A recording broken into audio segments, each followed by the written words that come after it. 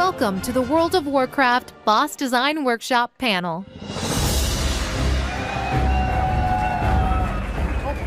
run into that.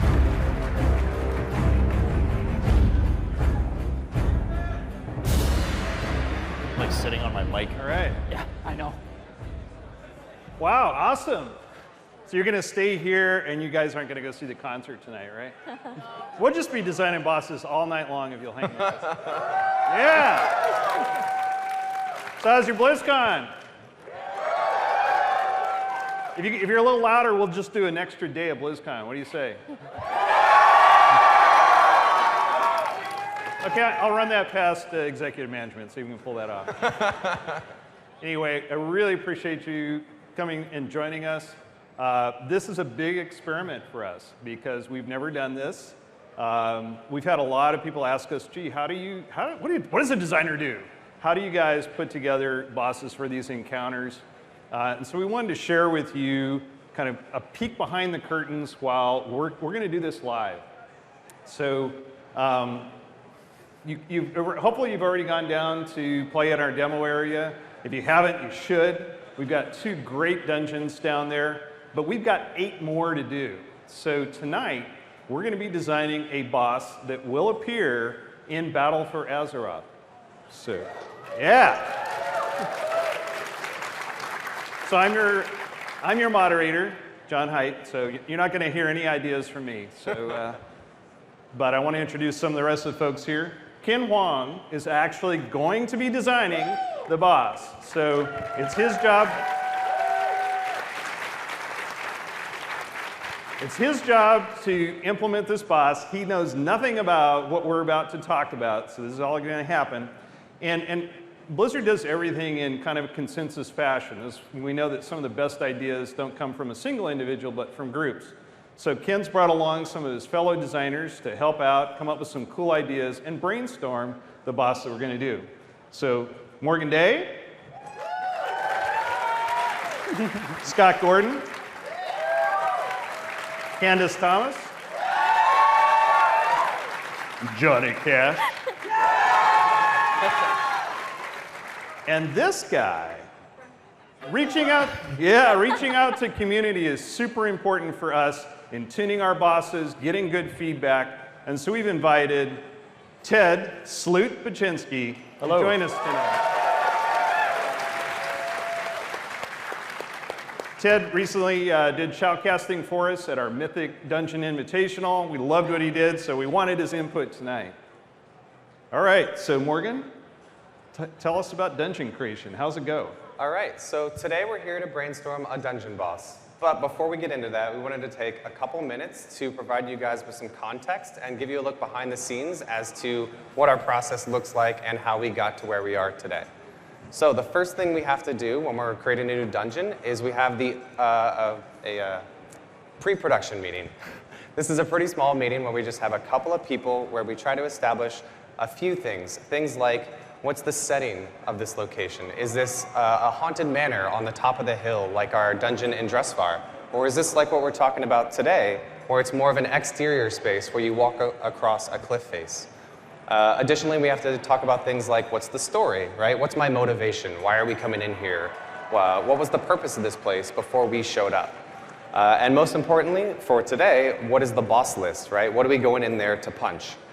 Coming out of that meeting, we always know exactly who the end boss is going to be, but we often have to figure out some of the supporting cast later on. But really, the goal of that meeting is to come out of it with enough information to create a 2D layout. After we've iterated on that layout a little bit, we're ready to have what we call the art kickoff meeting. This is where we get all of the stakeholders who are going to be building and creating and bringing this dungeon to life into a room, and we have a bit of a brainstorm. I call it a brain dump, really. We just kind of talk about all the information that's come up to that point. And we do a lot of brainstorming in there, too, to discuss, like, what's the purpose of this room? What is in this area? What would this boss be in? After we have that meeting, we're ready to go into full-blown production at that point.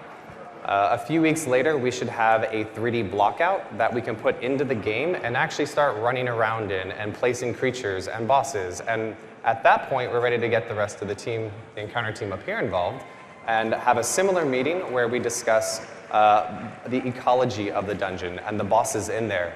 We're not ready for brainstorming at that point for the mechanics and abilities, but really we're just talking about like, what are the actual bosses, right? What is this thing that I'm punching? Is it a big sea creature, or what is it? We really want this group to be geeked out about what we're building, so we often kick around ideas in there, because at the end of the day, these are the guys that have to implement these bosses, like Ken is implementing the one that we're going to be talking about today. So that brings us to where we are today, where we're ready to do brainstorming, and to help us out with that, I brought Mr. Johnny Cash, who is the quest designer on the zone where our dungeon takes place, Stormsong Valley. So Johnny, why don't you tell us a little bit about the zone? Sure, thanks, Morgan. So I'm a quest designer, like Morgan said, and so something you might be wondering is, hey, what's a quest designer doing on a panel full of encounter designers to make a dungeon boss? I'm usually more responsible for the outdoor content that it takes place in Stormsong Valley proper. Well, they bring me into the meeting to provide the story context for what we're building. So anytime we're building any dungeon boss or raid boss or anything like that, we're going to bring in a quest designer to give us the context of the zone that this instance takes place in and what happens there, as well as the story of the dungeon itself, so that when we actually get to creating the boss, we're making really informed decisions, and we're making a boss that really sells the theme and story of the area it takes place in. So let's talk a bit about Stormsong Valley. You might remember from the Wow What's Next panel that Stormsong Valley is the northernmost region of Coltiris, so it's one of our alliance zones for the expansion. In my opinion, it's also the prettiest zone in the expansion, which is kind of nice. So what's in Stormsong Valley? Stormsong Valley is kind of this idyllic workplace for the Coltirans.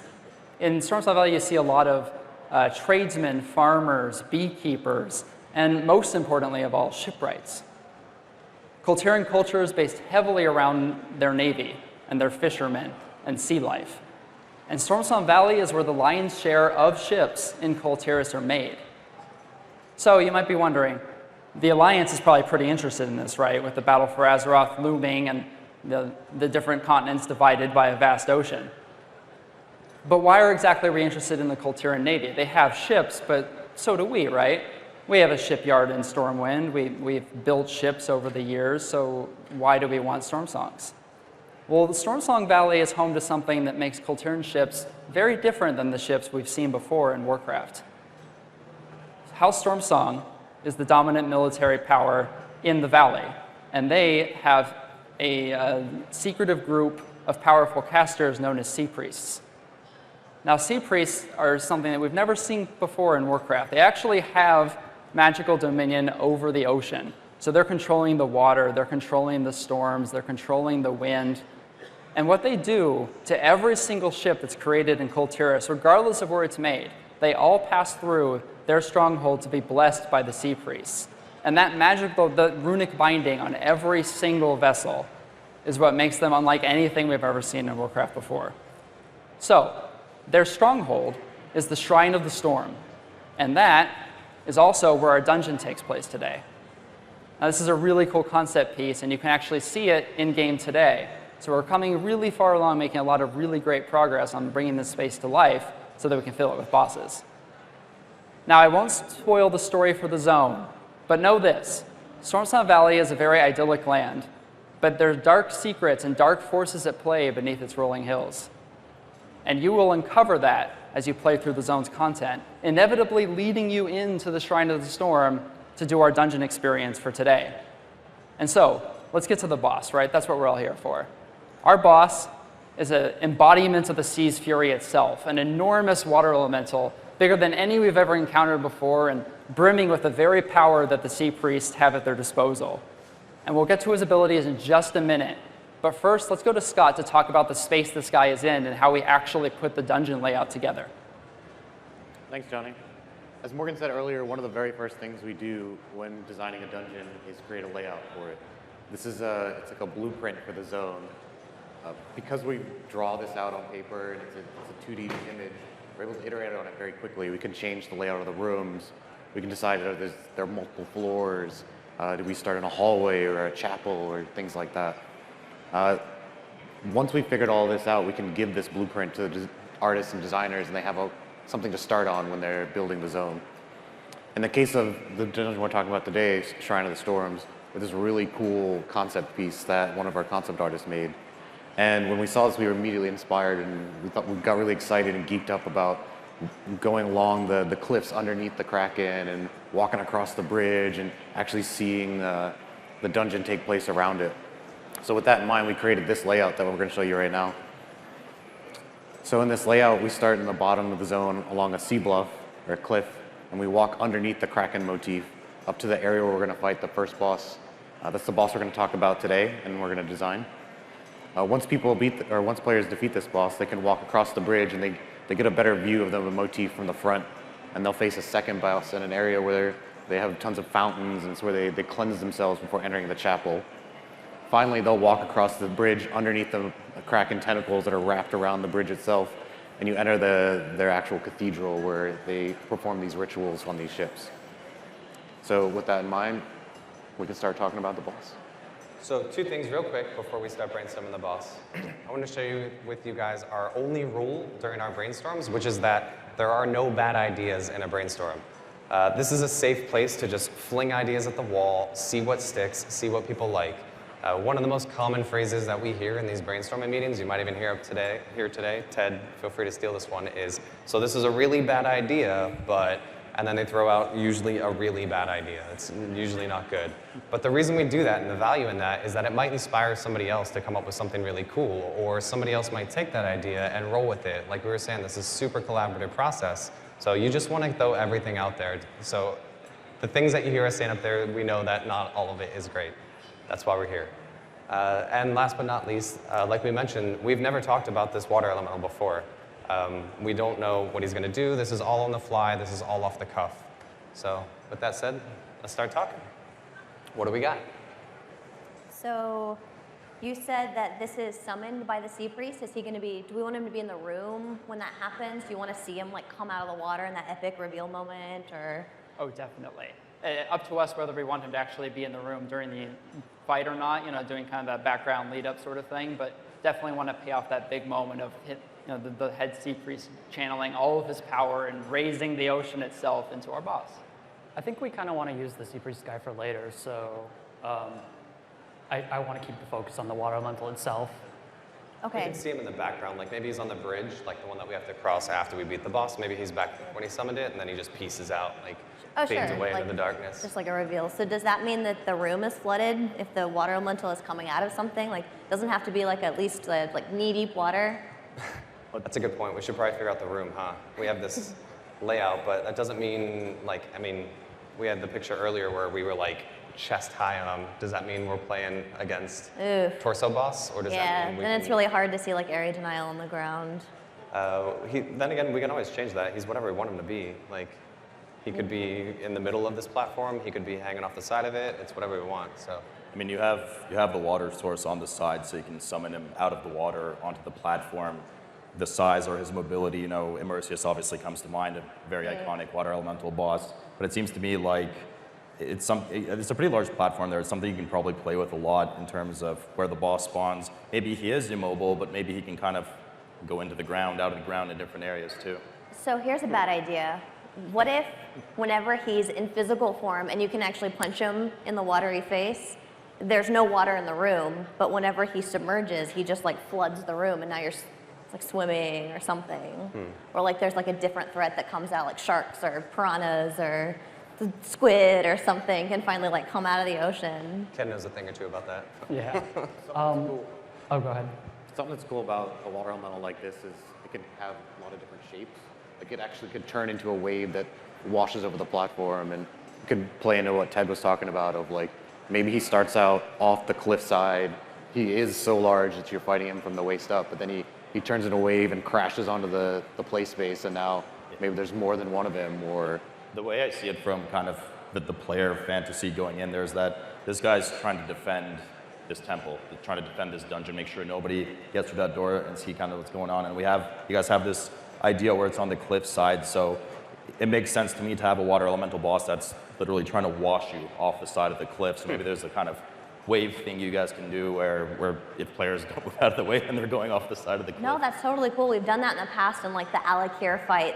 It was a big elemental guy on a platform, and if you got pushed off, it wasn't game over for you. You didn't necessarily die. We just gave you a very flashy return back to the platform that just so happened to take you out of the game for like 12 seconds as like a punishment, but not necessarily game over. That's totally something we can do here. A dolphin shot? could rescue you.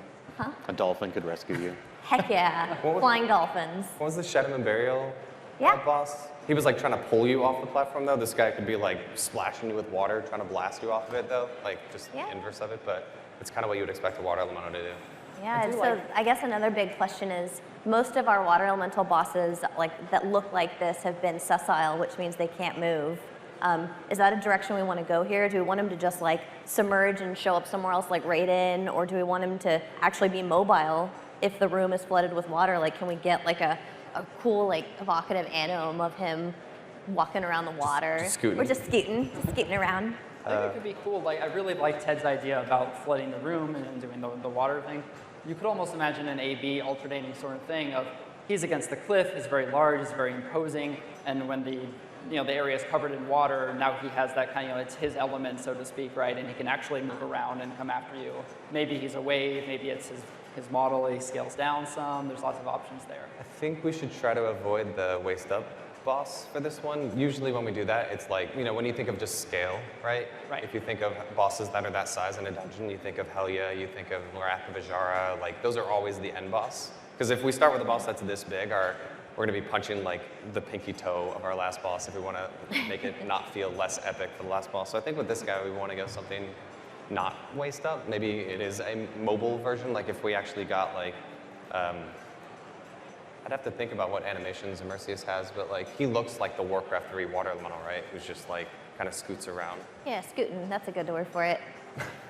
What if, so do we want it to just be this one elemental, or the cool thing about water is that it can just sort of disperse and it can become whatever it wants. Do we want to do the thing where like it splits into 2 and then you can like cleave it and then it splits into 4 and then you can start AoEing it and go crazy? Kind of like how Tectus ran. Yeah. Was that Tectus? Well, Tectus would you'd get him down and he'd split into 2 guys. Yeah, That sort he of thing. like kept duplicating. That was cool. And the mechanics were even duplicating also. That'd be pretty sweet. That could be part of the AB phase structure, or that could be like a phase C, like a bonus phase where you don't necessarily get a damage buff, but just by virtue of being able to AoE, you're doing more damage to him before he like reconvenes in some kind of way. So you just dropped a few buzzwords there in terms of phase structure. You want to explain that a little bit? Sure, so like Johnny was saying, there's like an A-B phase structure, which means that he'll do one thing, he'll have like one set of abilities, he'll have one set, like he'll be in his one form, and then he'll shift over to phase B, but then eventually return back to phase A, and then it'll just keep cycling through the fight. And then like a phase C might be like you go through phase A and phase B enough, and then he gets low health, and then he stops going through phase A and B, and then you get a bonus phase C or something like that.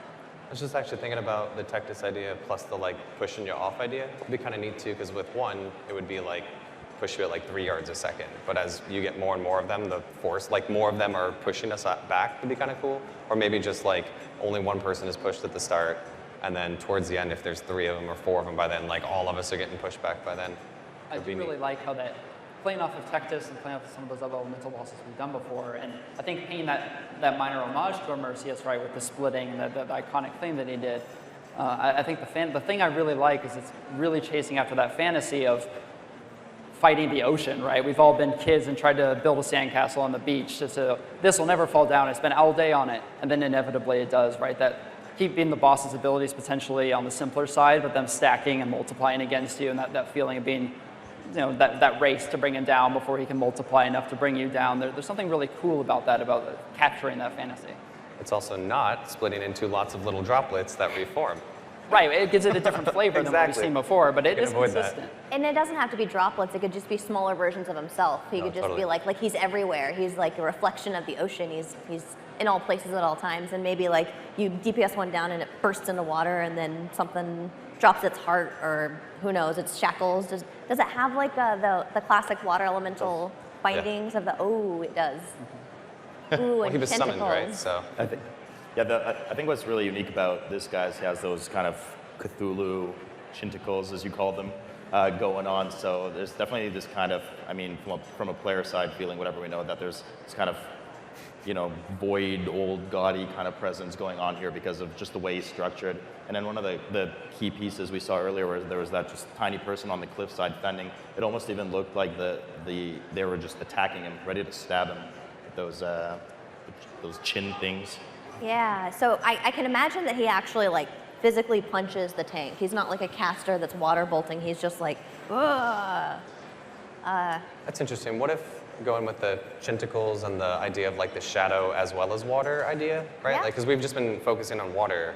Ted brings up a good point, which is we potentially could play off the shadow kid if we're saying that this guy is some form of corruption or something, but like maybe he's using both water and shadow, right?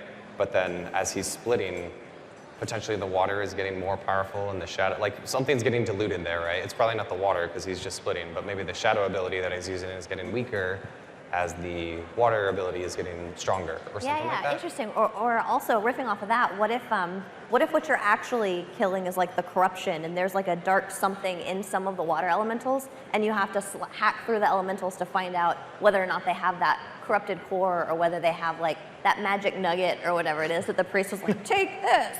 Like the XT heart just falls Yeah, out. like Well, the shackles that are on the water elemental that could be the source of its corruption. yeah, that could be kind of cool. You wouldn't want to actually punch bracers, but the idea would be like to break the crystal that's in the side of his bracer. Yeah, maybe that like dispels the illusion or whatever it is that's making the water elemental what it is. Maybe he can't reform once it's destroyed, and so like maybe you're killing him over and over and over again, but it's destroying the bracers that ultimately beats the fight. It's like a shell game where there's just infinite ones of them spawning and you have to keep finding the one that has the bracers on it to kill the one with the bracers and you're just getting like overwhelmed and it's splitting and you don't know what to do. And then all of a sudden they just wash you off the platform. So the damage you put into the non-bracers one, they just kind of fall down into puddles of water and come back into the Yeah, that's awesome. Or like when you kill them, they deal splash damage. No. Don't encourage her. I got a million of them. I got Wave Event, I got So Soak funny. Mechanic, I got this all day. So funny. Just don't talk about soap. So if we did want to do a C phase, kind of riffing off that idea of finding the corruption, that might be a little bit long for a first boss, but maybe once you do find that source of corruption, right, it reveals its true form or envelops it completely in shadow or something like that, and you get that last burn phase of a void elemental sort of thing or a void walker sort of thing. There could be something cool there. I don't know if we need to do A, B, and C for the first boss. I think just doing the A split apart B thing is kind of cool for this guy. So would there be some kind of, I know it's really satisfying for players a lot of the time, and we had a few instances in Seed of Triumvirate now where there's a kind of big damage intake phase, 200% increased damage, or you get some kind of buff or something. It's usually pretty satisfying, especially for the DPS to have that kind of thing. So I feel like there might be room on this fight to do something with the water theme and, I don't know, air bubbles, whatever it may be, to have that kind of thing. You could do the kind of thing where you have to pace your DPS because if you burst one of the elemental adds, then it does do AoE splash damage, as it were. And so if you kill too many at once, then you just wipe, that. Splash. So I missed a part. We're not doing Tectus 1 to 2, 2 to 4. There's Could be anything. tons of little ads. I think that still works. The Tectus 1 to 2, 2 to 4, it's just one of them keeps the bracers. Or sometimes two of them have the bracers, or you just have to seek them out, and there's like waves coming at you. It's like hard to see. You could even give them that screen effect, like whenever you're invisible. Sometimes, like maybe you're drowning or something that's hard for you to see. Like not all the time, obviously, but he afflicts you with Curse of the Ocean, drowning or something. Maybe to riff off of the thing we were talking about earlier, the one with the bracers could be getting more and more like shadowed out basically, or voided out like you said, so at the end, like maybe the Chinticle thing, he's not that at first, he's just a good old water elemental, but then after he splits the first time, the one with the bracers gets more shadowed out because some of the water left and formed these little ads, and then he gets Chinticles or something, and maybe really there's a third version of him that, is there a character artist? It's fine. There's a third version of him where like he becomes purple and more shadowed out, basically. That's exactly what I was going to say. You could just change his color. It just gradually becomes more purple. That'd be pretty cool to see. You can even do a cool... I'm kind of curious. So you're starting with a piece of concept art. you're riffing off of that, but do your ideas cause you to go back to the drawing board and actually reinvent the boss a little bit? Like you talked about, hey, can we have a character artist change this boss a bit? Yeah, often we're given a piece of concept like this to work with, which is fantastic. I don't think they've created this yet either, so when we do these brainstorms like this, oftentimes we can just come up with new or other ideas, and oftentimes at Blizzard, when you're geeked up enough about an idea, if you can sell someone on how cool this idea is, they're more than happy to make it for us. So in a case like this, if we're like, hey, as well as this guy, what if there was a purple guy? Because we have this really cool idea for the boss with all these mechanics will play into that. They're like, yeah, totally, we got you. So we try not to let that kind of production-related thing get into the brainstorming process too much, because we just want to come up with the best idea we can. This You're isn't saying, like Ken? mechanic heavy. Oh, sorry. Oh, I was just mentioning, it'd be cool, like, we have the idea of him transforming into more and more evil versions. It'd be cool, since we're on the side of the river, of seeing the actual good water of him whenever you phase transition come out and like flow into the river and like kind of get away from him. Yeah, or maybe he goes off the bluff's edge and he just becomes enormous or something like that while you're dealing with the little ones. Because I just had a thought of like, just kind of a cool visual moment. It's not like a neat mechanic, but like he has this anim where he like makes the water rise and like the orbs of water are coming out like globules or something, and he's just like, kind of like in Fantasia whenever Mickey's doing like the, or like a Hadouken, like a really get it out there, like, sorry. So it sounds like this guy actually ends up being more of a void walker, right? By the end, you mean? So he starts as a water elemental and you're slowly siphoning him off to be a void walker at the end of the fight. Sure.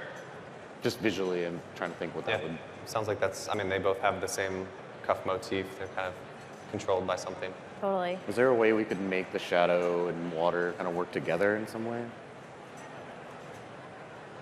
Like to me, that would be the most interesting thing, is if the shadow, like, almost was like opposed to the water, or if they interacted in some way that made the mechanics more interesting. Could be the kind of thing where if you touch bad water, you get debuffed by shadow or something, like you're impure or you're unclean in some kind of way. Is that part of the Sea Priest kit? Do they manipulate light and shadow, or like what? Are they just like nautical themed? It's definitely leaning very much on the nautical theme. I think if Okay. they did some of the light shadow stuff, it wouldn't be completely inappropriate. Okay. But I think doubling down on the storm water theme makes a lot of sense, especially going into that later boss that Scott was talking about where they're like cleansing themselves. There's something cool about they have some way to get rid of the shadow, but I think they would get rid of it in some way that feels nautical. Okay.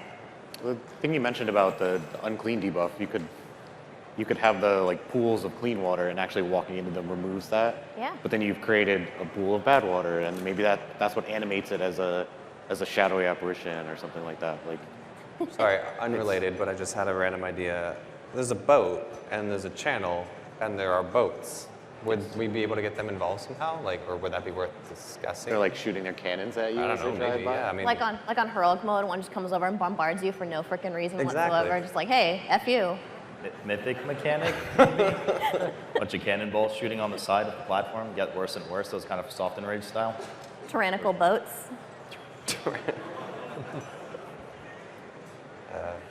could be cool. So it's probably a good time for us to just sort of take stock of what you've heard so far. How much of this is kind of sticking with you? What do you want to roll with from this point, Ken? I think some A/B phase version of the fight works out pretty well here. One where he's the big water elemental with the bracers, and after you do some amount of damage or some mechanic to him, he'll break up into a couple different pieces. One of them's the real one with the bracers that you're fighting, and then after you maybe get his health low, they'll reform up into the big guy. Each time he'll reform up into the big guy, he'll get a little more shadowier than before. Maybe go back and forth a couple times before the fight ends. What'd you think of Morgan's idea at the end there of rolling in the boat and the cannons? I think if we were to use the boat, probably be for Heroic Plus. I just worry a little bit about diluting the theme of the guy with the boat. So I'm kind of curious. And this sounds awesome. Sounds very ambitious. Where do you start to draw the line? Where do you say, okay, this is too much for a dungeon. This is the kind of stuff we might save for a raid.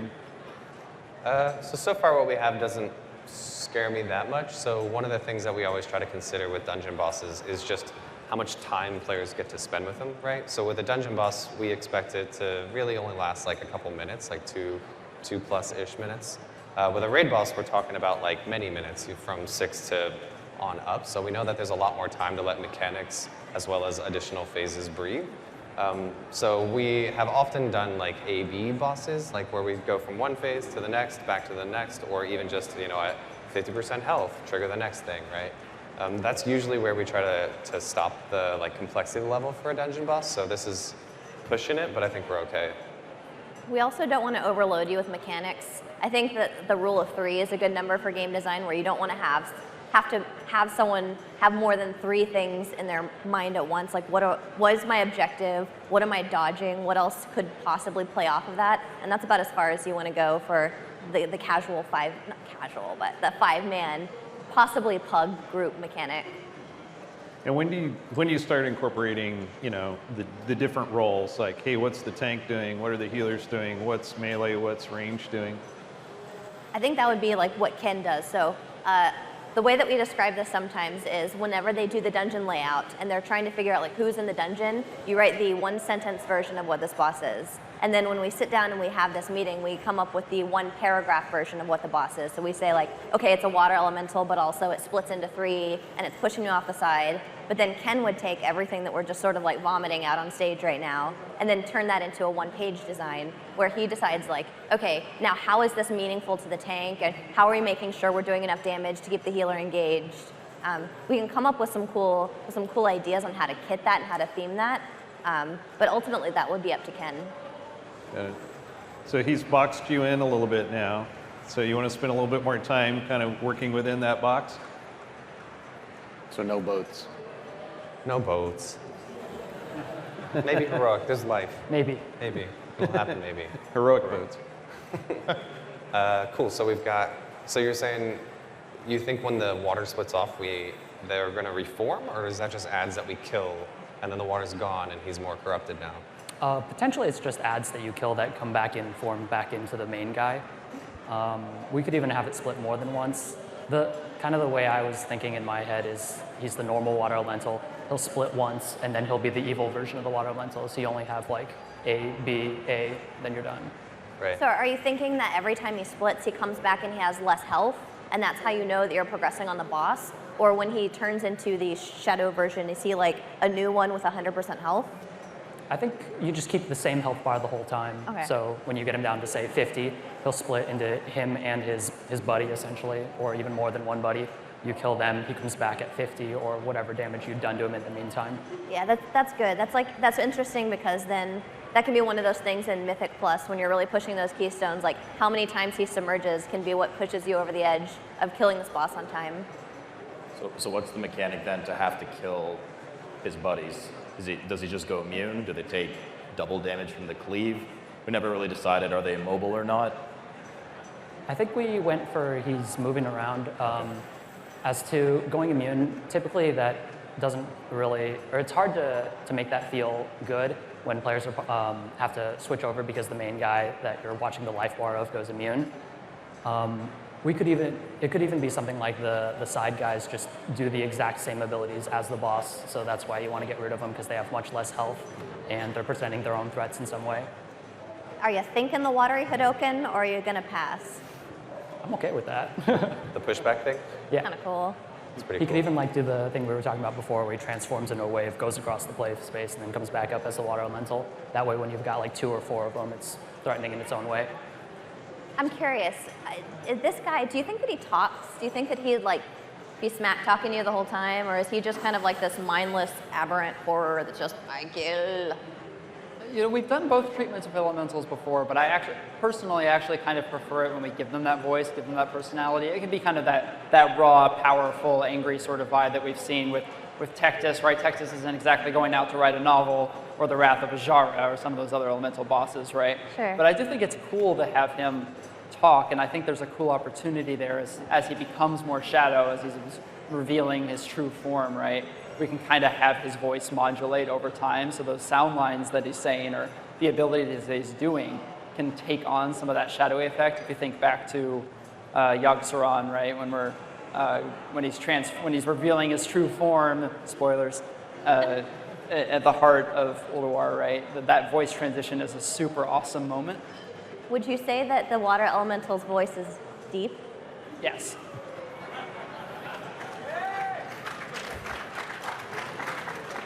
We never have any puns in anything that we do in World of Warcraft, by the way.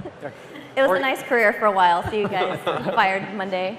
Morgan, I had an idea to keep the boats. Oh, I'm in. Just hear me out here. I like the boats. If players get washed off by the waves, right? I'm assuming it's the wave mechanic is actually what would knock players off. Yeah. They get brought back onto the platform by the boats. They get shot out of a cannon back there. Or someone fishes Like them a, up like out a of the water. circus. Yeah. Like the Colterans are just like, hey, and then they shoot you in a cannon back onto the... Yeah. That could be a cool way to hit what is basically just a stun mechanic. Right. And maybe fighting this guy or, facing that guardian is kind of their ultimate, their rights, right? And you can't enter their sanctum. And that's part of the story that we're trying to sell in the zone is this is a place where nobody goes except for sea priests. And so we could tie it into conquering that passing that as their test to enter their sanctum.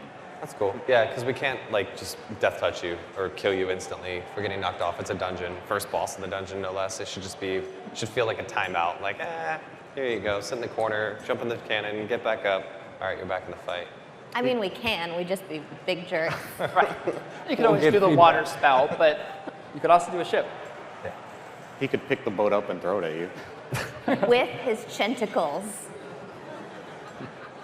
Going on that a little bit, I kind of like the idea of maybe he leans forward and slams his face down and grabs one person with his tentacles and sort of swallows them inside his watery chest, and you have to save the guy by punching him out. And that's threatening in its own way because if he splits into multiple guys, then He has bad these times. he has these two perfectly good hands, but he's just like, I'm gonna get you. I love it. It's way creepier. Come on. It's totally creepy. Maybe he puts his hands down next to you and then bites you.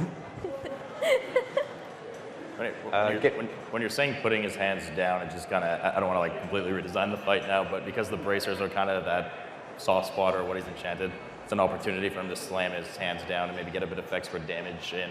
He takes a damage multiplier on his bracers. And when he does that, his chinticles, because it's water and stuff, kind of can go in the ground, and those are your void zones that you avoid. Or you could turn it into a soak mechanic. We all love that. It's up to you.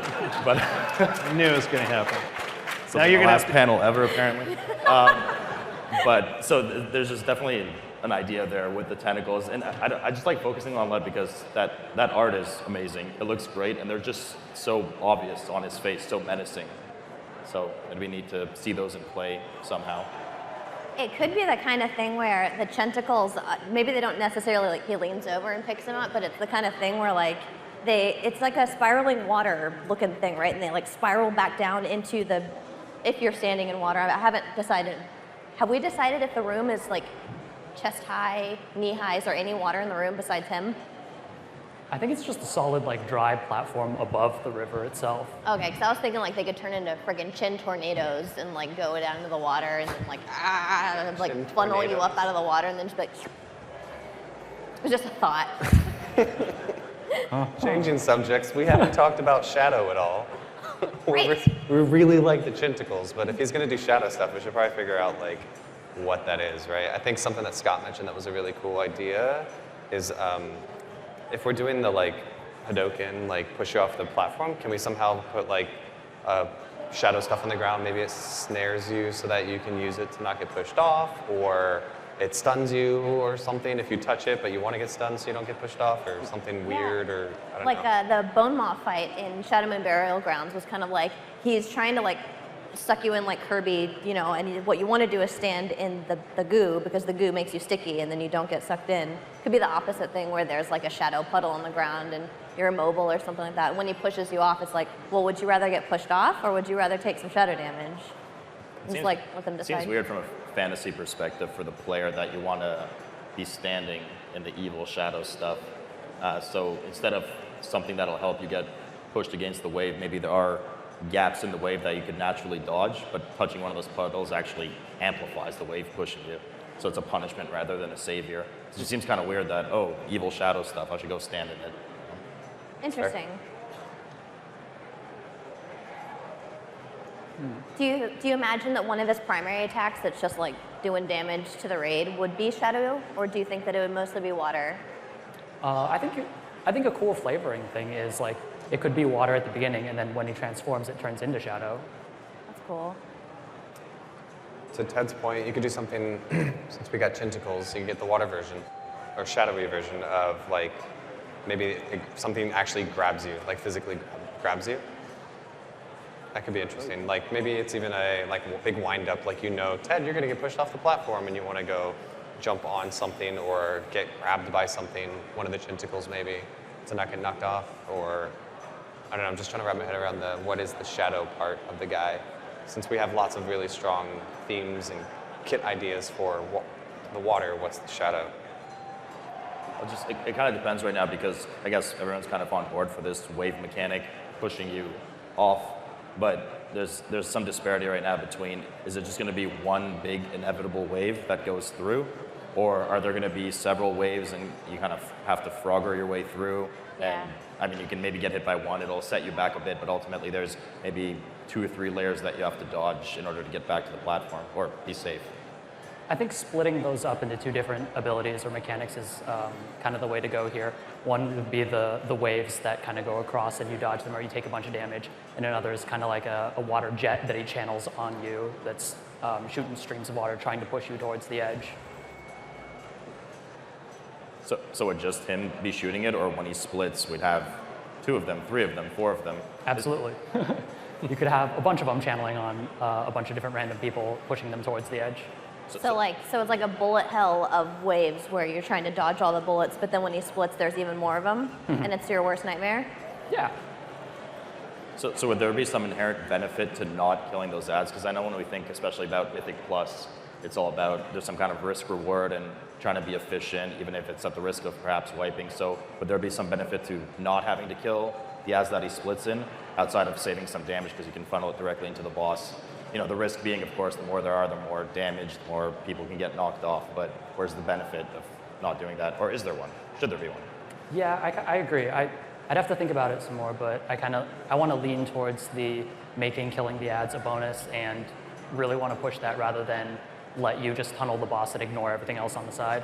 You could do the thing where if you kill one of them, then that's like part of his health, right? So every one of them that you kill is like 5% off of his health, and he could just have an enormous amount of health. And like, I don't know, that maybe that doesn't feel good whenever you're punching him outside of that phase though. Like you're hitting his hit points by like 1% every 6 minutes. What if the water is normally considered like pure, right? Like holy in a sense? And there's a mechanic I really liked from Il'gynoth where you're taking the ads to the edge of the actual boss's domain and you're killing them there, so location actually matters. Yeah. There could be something cool where when the ads die, they explode, right? A big splash of water. And particularly the more voided out the main boss is, the more damage he takes from this holy water. We kind of play off of that theme. Oh, interesting. Like maybe they always hurt him some, but like the closer they are to him, the more damage they're doing to him. like the water is the antithesis to the shadow. Right, which could tie in really cool to kind of the rest of the dungeon and sell that like there's a stark difference between those two things. Just trying to figure out a way to sell that mechanically in the fight. Right. It's cool. But just something about that risk reward, right? Of like, Yeah. oh, if they're both doing waves, having them close together is bad, but taking advantage of the extra damage could be like on Mythic Plus, that could be a great time savings if you have the skill to do that. Yeah. So the ads are mobile, right? The boss and the splitting and everything's mobile. They're not stationary. Yeah, I imagine so. So how, I mean, at the end of the day, then from a party perspective, what the tank just, I mean, the proximity issue here is kind of weird if they're mobile, because what does the tank do? Just picks all of them up and you just AoE them down on top of the boss. Maybe. It could be the kind of thing where the boss is mobile, but the ads just choose not to. Like maybe they're casters, or maybe they're just busy, like channeling waves, or perhaps Hadokening you a couple of times. And then when the boss is out, he's actually kind of dangerous, and maybe he can even walk around during that phase and punch you and be dangerous in some kind of way. Mm-hmm. Yeah, I don't. Like I a like that idea. minefield of his own elementals, a minefield of his own spawn. where they're all probably just channeling, right? But then if you have a blood DK or whatever, good for you. You can gore fiends them all together. So like, if you're on your blood DK that day, yes, you can do that. But otherwise, they're probably just channeling on a bunch of people, which makes sense. Do you try to work in any kind of class specifics? Like you just mentioned, if you had a DK there. Yeah. I mean, you go through each of the classes and think about, okay, what would happen if we, happen to have a hunter or we had a demon hunter in here? Yeah, with dungeons in particular, we're always we try to let everything fly and let as many things work as we can. Especially when we're coming up with things for dungeons, we try to find ways to have multiple solutions for a problem. So maybe there's like an ad that has a lot of health, but you could purge it to kill it, or if you don't have a purge, you can just punch it. But we often try to think of it from the perspective of like giving you multiple solutions to the problem where possible. A lot of that stuff also comes from feedback and play tests, and we're like, hey, that was really hard without X. Okay, well, how do we like incorporate some other way to solve that problem? So I know people are going to ask, every one of us plays, we all have our favorite class, and yet you're the evil minds behind these encounters. How do you make sure that you aren't having some sort of favoritism towards your own classes? The people sitting here will all play different things as well. So usually we're pretty good about saying like, hey, that's really mean to melee. I'm gonna give you feedback. That's really mean to melee. Please keep that in mind, even though we might not be that specific with a certain spec or something like that. So really we just lean on each other for that kind of feedback, and also the community, and where we get no lack of feedback in that regard. And that's also the kind of thing that we can iron out. Like even if we don't somehow perfectly design the boss the first time, once we're playtesting it ourselves, we have the melees, we have the casters, we have all sorts of comps that we try. And if something doesn't work out, we're not afraid to just scrap it and start over. So we're probably at the point where you need to make some decisions. I'd like to give Ted an opportunity to sort of voice in community perspective on what we've figured out here. So you want to kind of sum it up? Actually, all of you can kind of weigh in. Where are we? What is this boss all about? Which ideas do you like the most? Ken, you have to make it. What are you thinking? I like the idea of that we originally hit on with the AB. He's got maybe 3 abilities or so in A phase. When you do get him down to 50, or maybe it's timed, we can do it by the energy bar and show his like water power underneath his health. He'll split into a couple dudes. Potentially just 2, but maybe more if we want to get crazy, maybe in Heroic Plus.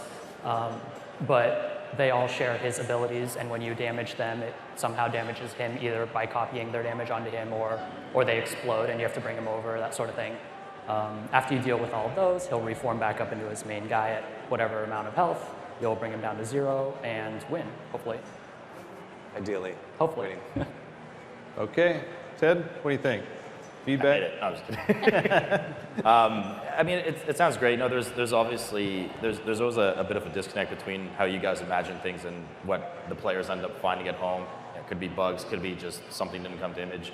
I guess maybe a couple of concerns that stick out for this fight, and definitely feel free to chime in how you guys deal with these challenges, designing bosses in general, because so for this one, for instance, it's kind of a role-specific, more of a role-specific concern. Definitely, huge advantage here with bringing a multi-dot class. If we're going to have a bunch of ads that are initially immobile. If you have a DK, great. What if you don't have a DK? Are we going to be able to silence the mobs to bring them in or not? Is it just going to turn into a cleave fest? And is there going to be RNG for where the ads spawn? Third boss seat of Triumvirate comes to mind right now. There's definitely a lot of RNG and frustration sometimes in where those tentacles spawn. That really kind of makes it very unattractive, honestly, to bring melee. So then melee players get frustrated, especially when they're trying to compete in higher Mythic Plus dungeons. So how would you guys try to approach some of those concerns for this? So when we're talking about things like roles, for instance, in dungeons, one of the things we often think about and discuss when we're talking about dungeon bosses in particular is we think of a dungeon as a whole the same way that we might think of an individual raid boss, right? So where on an individual raid boss, some of those concerns that you brought up, it would just, what's my answer? Like, what if I'm not so great on this fight? Well, the answer there is not as fun as it might be in a dungeon where you can just say, yeah, well, don't worry, the next boss, that's where you get to shine. So when we talk about dungeon bosses in particular, we always try to think of it as like, okay, this is a really tank heavy, like a tank mechanic heavy boss, right? This is one where the tank and the healer are going to carry us through this.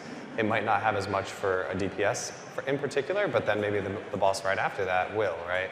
as long as we hit all those beats, and sometimes it's even good to have those peaks and valleys for an individual where it's like, okay, that boss is really hard for me. Okay, cool, this next boss, Scott and Ken are going to carry me because they're the DPS and they're going to be killing all the ads, and it's not as difficult for me. So that's usually how we think of a dungeon versus a raid in particular. So what's the healer doing on this fight? We didn't really talk about it. I mean, as the tank, I can kind of see a situation where maybe you want to move the boss a bit, or maybe you can kind of, players always discover things like, let's tank the boss against the wall, because it eliminates 180 degrees of where those ads can spawn, unless you guys predetermine the ads to spawn somewhere in the room. So I can see some tank mobility going on. It'll crush the tank, because this big behemoth water guy. DPS obviously important. They want to get those water images down, make sure that there's not too much damage, but what's the healer doing the whole time outside of healing the tank? It seems like we haven't really decided. I mean, is there going to be some kind of damage on the raid, some kind of dot going on, or is the healer just going to be spamming Wrath for minor amounts of damage in the meantime? It's very likely that there's going to be some sort of party damage going on, whether that comes in the form of he randomly targets a person and water bolts them or something. This is kind of like the thing we talked about where whatever he's spamming the party with, after the transition, it turns into shadow from water. So could be easy as a random targeted water bolt, or it could be just like he slams the ground, water hits everyone. Okay. There's also that whole shadow side of it. We never really nailed down something that we were super happy about, but I think that's still a strong theme here. And often shadow has to do a lot with healing, like whether it be healing reduction effects or healing absorb effects, or even just something as simple as like a dot, right? You could say that dot is really weak at the beginning of the fight, or it's not super damaging at the beginning of the fight, but then as he gets more and more powerful, maybe it hits more targets. So by the end of the fight, your healer's just like, oh my god, whack-a-mole. So that's things like that. I think are still things that, like Kenneth mentioned, when we get to the like one paragraph version of this boss, that's a thing we'll dive a lot deeper on. Okay. So I guess kind of in that same vein, there's always a concern of, I mean, there's such a wide range of mobility between the different classes and roles themselves. And with this kind of wave mechanic of getting pushed back, right? Some classes will just have an advantage, bring a Guardian Druid that can roar through them, Hunters disengage with them, Mages blink, et cetera, whereas the poor DK and Priests in the background are slowly drowning and getting pushed away. See you guys later. But so where do you, I mean, you'll never be able to design a fight that satisfies everything. It's just impossible. But where do you guys, especially for a first dungeon boss, where do you kind of draw the line on what's okay? Like, what is too much that we're really making those low mobility classes suffer a bit too much here? Or we're letting things like Guardian Druids, whatever, shine a bit too much maybe? Like, where do you draw that line for these kind of encounters? I think for dungeons, it's just a question of, is it mandatory or not? Like, is it a bonus that I can run and that I don't have to hit my W button to stay going forward as much? Or is it just guaranteed gonna throw me off the ledge if I don't have a run speed buff? Like, obviously, that's just kind of like a tuning knob where you decide whether or not, moving is a bonus or if it's necessary. Yeah, we're always looking for ways to make it feel like really good about having a specific class with you, especially with mechanics. But not only that, like with the dungeon, we have all kinds of opportunities to fit that kind of thing in. Like with Court of Stars was a dungeon that we were experimenting with a lot in terms of like how much class and profession and different mechanics can we put in to make people feel really cool about what they can bring to the fight. So that's always a place where we're looking to have opportunities there. Like Candace said, with the dungeon, I don't think we would ever consider it like mandatory that a thing is there. It would just be like, cool, if you have this, you can skip this ads phase, or if you have this, you can, CC those ads until we kill the boss, and that saves us a little bit of efficiency. Cool. Actually, I'm glad you mentioned Court of Stars, just kind of, not really off topic because it's related to dungeons, but was that kind of model or experiment, was that successful in your guys' mind? Is that the kind of thing you might want to explore going forward? Because it certainly added a pretty cool, unique flavor on a dungeon that we usually don't see. Because dungeons in a lot of players' heads are, well, you start, there's trash, we kill a boss, there's trash, we kill a boss. So it's cool to see this kind of twist. Do you guys, is that something you might work on in the future and try to have some different mechanics in the dungeons themselves? I thought Court of Stars was very successful, and it's a really fun dungeon, and we use it as a reference for dungeons we're talking about in Battle for Azeroth, of like how can we incorporate those kind of things. Obviously we have to consider like Mythic Plus runs and what happens to the group where no one knows what's going on, and are they able to be successful still, but I think it was good. Cool. So I guess more in your territory than Johnny. In terms of lore and aesthetics, some players don't care. I care though. I like going in a room and feeling like I'm in this shadow-corrupted water ledge and things are really dangerous. So how important is it for you guys to kind of develop these environments, really well for the players to go in and be like, wow, I mean, we've just done a ton of Antor's testing now for the BTR, just kind of as an example leading into this, and going on Agrimar's platform was just mind-blowing. Or going upstairs to Argus was like, oh, this just looks awesome. I don't even care if the fight's like really bad. This is just great, Not that the fight is bad, I'm just saying. So how much attention do you guys pay to these kind of environments so the players really feel, I mean, this is a role-playing game at the end of the day. Players really want to feel like they're invested in the environment and that it's cool in a creepy environment, whatever it may be. So in this case, it would have to be this kind of, ledge with water and wind, and you feel it really unstable. So how much do you guys pay attention to that? We actually pay an immense amount of attention to that, but both in our dungeons and in the outdoor world too, right? It really takes the entire development team to really sell that fantasy, right? Like you mentioned, we're a role-playing game, and we've been talking a lot recently as we're developing Battle for Azeroth about how do we make sure that we're always capturing that fantasy, that I am playing this class and I'm in this world, and this world is a real place and feels real, and it has its own problems and things I care about, right? So it kind of varies on the specific situation, but it can be as simple as the dungeon artist that made Agrimar's room made it just super incredible, right? Or the character artist that made this boss here just made the shinticles so incredibly intricate and they wrap around so interestingly that you can't look away from it, right? But it's something that we think about a lot. And for all those people out there that don't read quest text, or they're not caring what the story is necessarily, it's just not their thing, that's completely cool, because our job as storytellers at the end of the day is that you cannot help but understand what's going on. The goal is that if you're listening to music and talking to your friends and all those wonderful things that we do while we're enjoying games and playing World of Warcraft, you can't help but notice what's going on. You can't help but be like, man, that room was really cool. What was that guy again? Who is that? Who's Agrimar? And then you go on the best 6-hour journey of your life figuring out all the answers to that. So hopefully, six is hopeful. You can't help but absorb what's going on. Like there's like some ocean stuff happening, and I'm pretty sure that those dudes like betrayed those other dudes. What was that all about? And that's totally enough for us. Cool. So this is we probably need to draw the brainstorm to an end. I really appreciate all of you doing this. I know that we would normally have a lot of meetings, and you do this over many, many hours to decide what the mechanics are. And certainly we haven't had to do this in front of a large crowd, so that's awesome, because they really did not rehearse this boss at all, so these ideas were raw. But thank you so much. I'm curious though, I think everyone wants to know, what happens next? Once you figure this out, what's the next step? Yeah, so we usually have a couple of these meetings where we talk about individual bosses or dungeon bosses and mechanics like this. At that point, we then hand it off to Ken, who will go work on what we call a paper design, which is where he really just takes, anywhere from a couple of hours to a couple of days to just work out all the details about what this boss is going to be doing, what each role is going to do, what all the mechanics are. At that point, he sends out an email to the team, and we send feedback back. We iterate on that quite a bit. Up until the point where you're ready to start implementing and putting it in the game, and then we can play test it and get it into our community's hands and go from there. Very cool. So we're gonna bring this to an end. Some of us are gonna hang out over by the arch there at Darkmoon Fair if you want to ask questions or have some comments. With any luck, everything we talked about tonight will be in that dungeon boss exactly as we described it with no changes. But there might be a few changes, but you can be rest assured that you helped us put together a cool boss tonight. So thank you.